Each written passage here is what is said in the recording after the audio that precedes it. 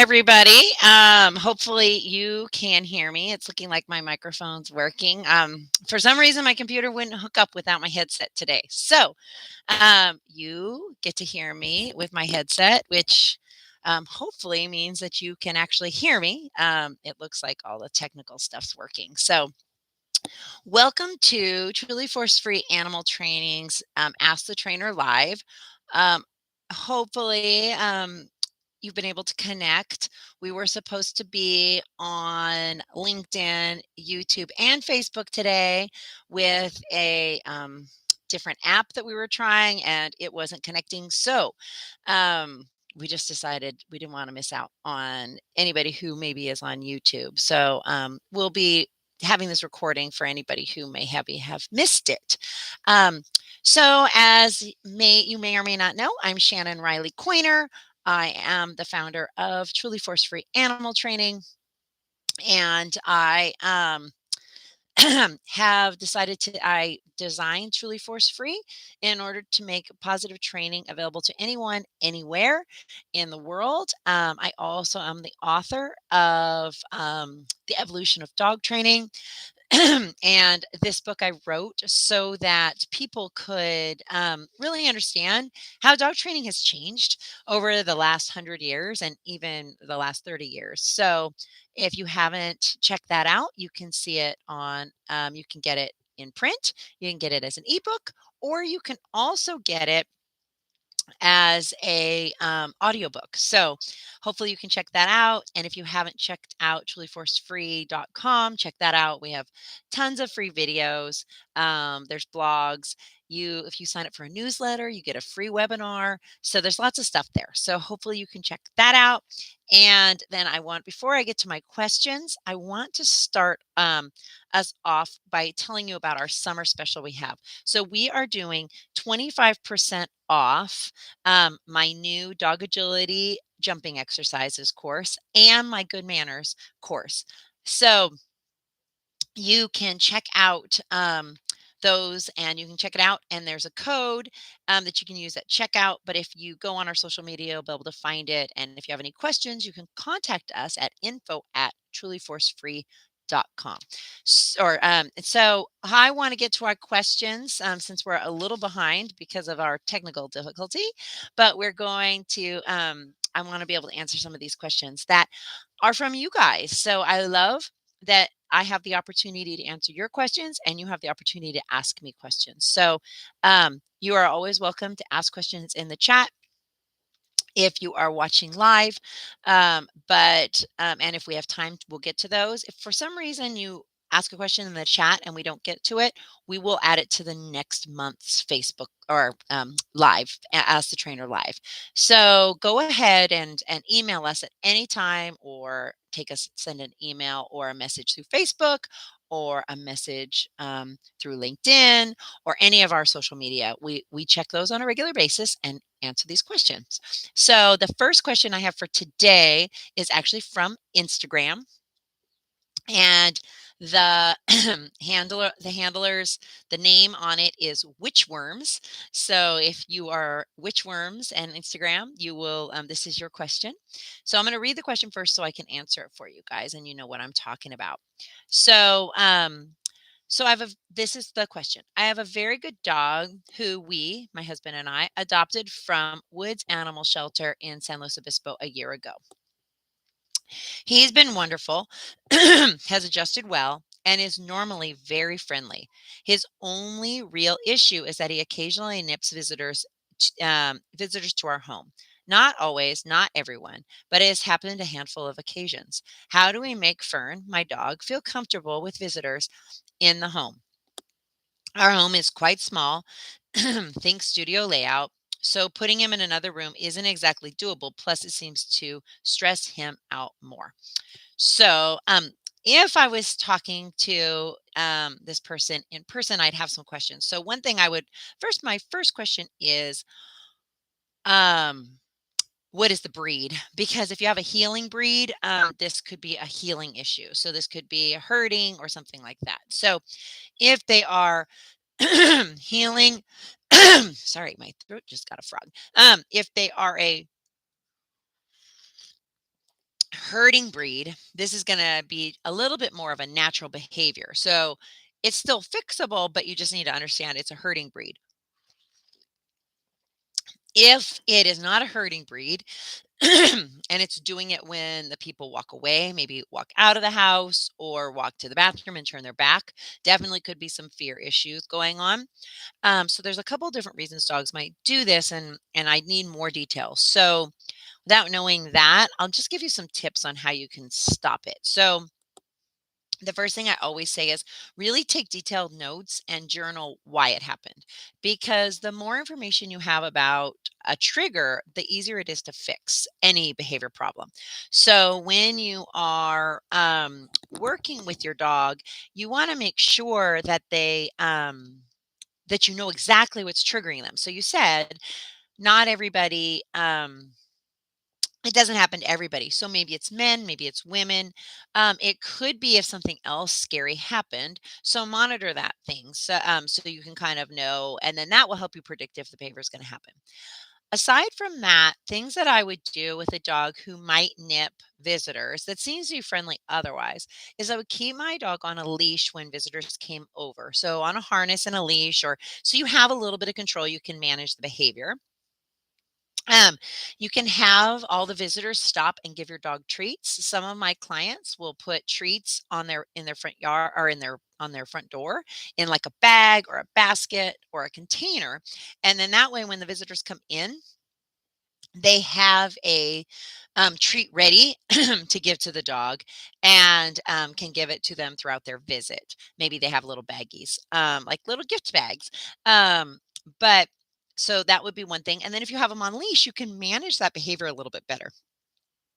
The other thing you could do is teach your dog to do a downstay, like on, say, on a dog bed or on another situation or a place, so that they learn that what they're supposed to do when people come is they lay down. And you could give them a stuffed Kong or a bone or a chew if your visitors are going to be there for a while. So those are a couple things that you could do. First, it would be management. Then teach them that all people are good that are coming in the house, that they're going to be treat givers. And so that'll start changing that emotional habit there. And then if you happen to have a healing dog, a herding breed, like a border collie or Australian shepherd or a healer, you might want to make sure you're giving them enough mental stimulation too. This is kind of a side note, but make sure they have things that they can a job. So that job, because you're in a studio, could be as simple as you have a kibble nibble ball or a Kong wobbler or another kind of food toy that dispenses food that they have to roll around in order to get the food out. So that way, if this herding behavior is partly because they are feeling frustrated, they can't do their quote unquote job, um, by feeding them all their meals out of food toys where they sort of work, or puzzle toys or different kind of toys where they have to do some work, it could help reduce that behavior if that's the underlying cause for the behavior. So I hope that that helps. It's always hard when I don't have all the information, but hopefully that is something that helps at least to some degree for you. Okay, so then I'm going to go to the next question. Make sure we get all the questions answered here. Um, is there okay, so this is actually sorry, this is submitted to the website. This was sent to us directly at Truly Force Free Animal Training, and it's from Deborah. And it says, is there anything an owner can do with a dog that is still a puppy in adolescence and a rescue dog, and she froths in the mouth every time she's riding in the car? The pup is a border collie mix. I helped the owner pick her up from the Humane Society, and she rode home with me in the car on my lap. But after she froths in the mouth when the owner takes her to the park for a walk, etc. This owner is my neighbor and a friend. She has two other dogs that she rescued a while back, an 8-year-old Rottie and a 4-year-old Husky, both very sweet dogs. So, with frothing at the mouth, there can be a lot of reasons for frothing at the mouth. Unfortunately, sometimes these behaviors, there's not just a one size fit all. It would be a lot easier. But what could be going on is there's a couple things. One, the dog could be getting motion sickness. So it's possible that there's some motion sickness going on. And with motion sickness, they can get motion sickness medication from the vet. If it's a long trip, that's something you can try. Um, Sometimes what I find helpful with dogs that have motion sickness is if they can't see out the window. So you put them in a crate, they lay at the wheel well, they have something, and they're in a crate maybe, and you cover the crate so they can't look out the windows. Um, for some dogs, I think just the fast passing of things messes with their brain a little, so they get kind of nauseous from it. Um, so that's another possibility is to keep them in a crate. If they're in a crate, you could also do something to distract them, like give them a stuffed Kong or a bone. I've had some dogs have some real good luck with that because now they're not thinking about being in there, because what can also happen, whether it's motion sickness or they could have some anxiety too. So that's another thing that could be happening. Maybe they're a little scared of the car because frothing out of the mouth can be anxiety. Regardless, if we can keep them distracted while they're in the car, so giving them a Kong or a bone, they might start to associate the car as a place where they get their peanut butter Kong or something yummy.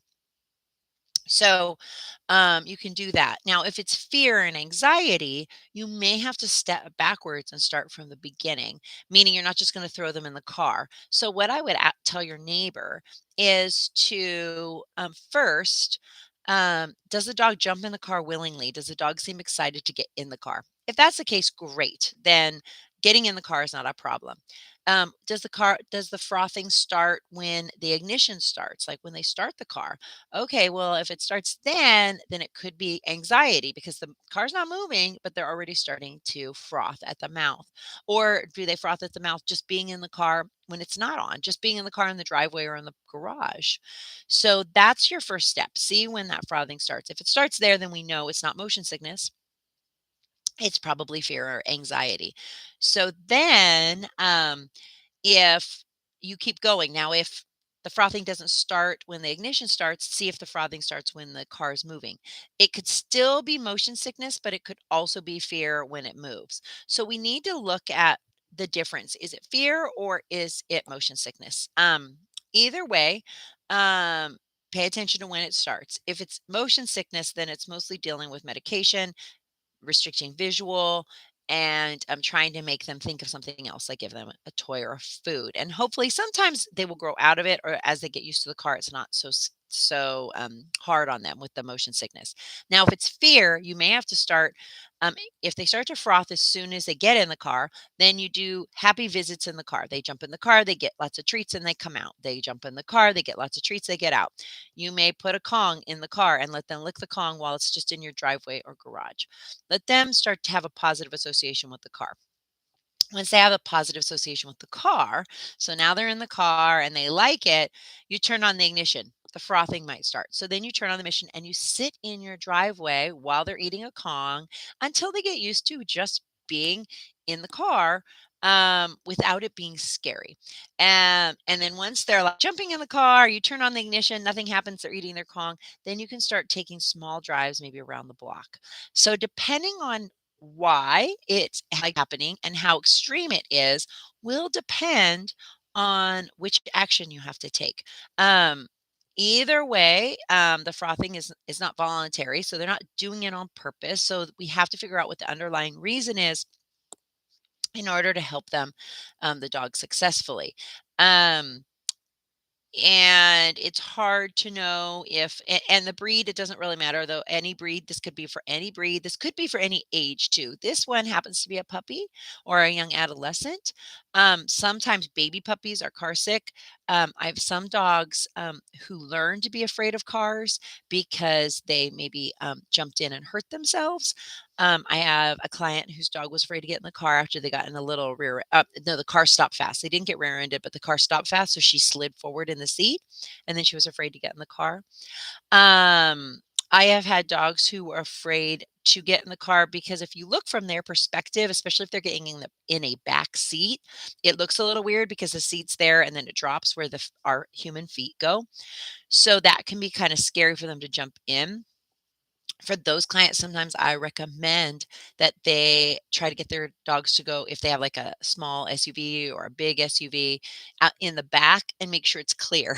I said that to one client, and the back of their car was so full of stuff from like Costco that the dog still had no place to jump. So we had to clear out the car, and then the dog could see that there was a plenty safe landing. So they jumped in really readily. Plus, they were getting high value treats every time they went in. So then they wanted to get in. And then eventually my client could put things back in the trunk and the dog was felt safe jumping in their little space that they had. So that's something. I also had one client once who the dog was afraid to jump in the back of a car. And so, just not being able to see. So what we did was we parked the car on a slant. So, it was like a SUV, so it was kinda slanted, but and it was on the sidewalk, came like this, like a curb, so the dog could see that and just walked in because the car was tilted down so much. And then eventually we made the car straighter and straighter so the dog could eventually just jump into the car. But that just took some time because the dog was afraid to jump in. I believe that dog had jumped in and hurt itself. On nobody's fault. It was just an accident, and it became afraid of the car. So frothing in the mouth can be a lot of different those different reasons. Usually, it's car sickness or fear, and those will probably be the most common reasons that they might do that. Um, and then I have another question that I want to make sure we get to, and this was also submitted to info@trulyforcefree.com, and this is Bridget.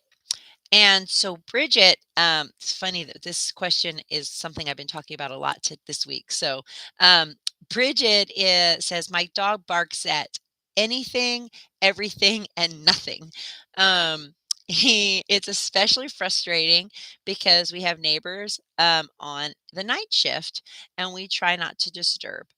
I've tried positive reinforcement, electronic devices, clicker, and just keeping her in the house, but she has to go out sometimes and all hell breaks loose. What else can I do? So earlier on Monday, I did a live webinar with Pet Professional Guild, and it's my webinar is called "Help! My Dog is Barking." And so one thing I'll just say is you could definitely check that out at trulyforcefree.com. I have the webinar recorded there, so you can watch it there, or and then Pet Professional Guild also has it. Um, but but I'm still going to give you a lot of the tips that were on the webinar, but the webinar is way more thorough about barking.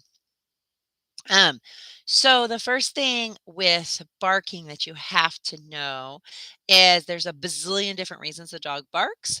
So they can bark because they're excited, they can bark because they're scared, they can bark because they want to play. So there's a lot of reasons. There's not just one reason.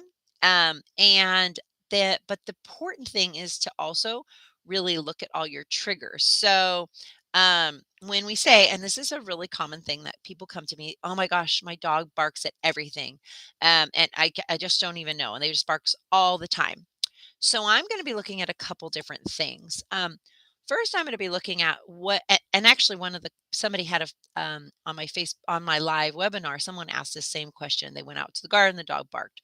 So, what exactly, if I can identify? Um, Sometimes it's hard because sometimes there's things we don't really hear or perceive that the dog barks at. So sometimes this is a little hard. But I recommend people make a journal of every time the dog barks so that you can see a little bit of a cycle because sometimes it's a time of day and then that helps. So once you identify all your triggers, then you want to try to manage it. Sounds like you're trying to manage it as much as you can. In this case, I probably wouldn't let my dog have free access in and out. I'd have to let them out and in, just so that they're not disturbing all the neighbors all times of the day. And then maybe even make some kind of schedule of going out.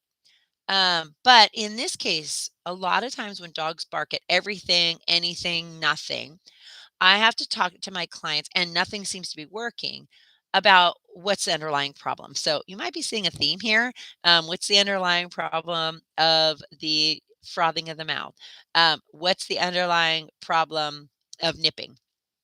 Um, to really help dogs, we have to look at the underlying problem. So we can't just be solution based if we don't understand the underlying problem. So, barking, if this dog um, is barking all the time, there could be general anxiety going on. And general anxiety means that dog is constantly in some state of fear, anxiety, or stress. And that's not really fair that they have to experience that all the time. And if you can imagine being under constant stress and you don't have coping mechanisms. So, if you're under a lot of stress and you have coping mechanisms, you might go for a walk. You might breathe. You might meditate. You might do yoga. Like our society has learned, especially after COVID, that we need lots of coping mechanisms for stress. But if your dog doesn't know coping mechanisms, which a lot of dogs won't, they might need medication, just like humans might need medication, in order to help them overcome the reason that they're barking. So what that means is you might need to talk to your veterinarian, or if you have a veterinary behaviorist in your area, you can. But a lot of times I work with general vets who have some interest in behavior about getting your dog potentially on like Prozac or Clomicalm or gabapentin or maybe trazodone or Xanax. There's a lot of different medications out there. Every veterinarian has different comfort levels of what they're comfortable with. So you have to go with what your veterinarian is comfortable with and what's right for your dog. So I had a dog who barked at everything a lot. We ended up his only trigger now is airplanes, and but he's on a flight path of airplanes. So airplanes fly over his house every day, all the time, and it's unpredictable. We tried Prozac with him, did not do well on Prozac or Clomicalm.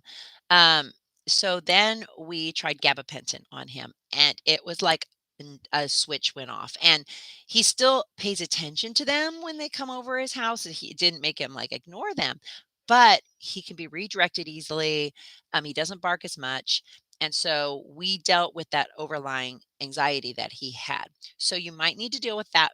That might be why you keep hitting this wall of solutions is because you need to deal with that underlying problem.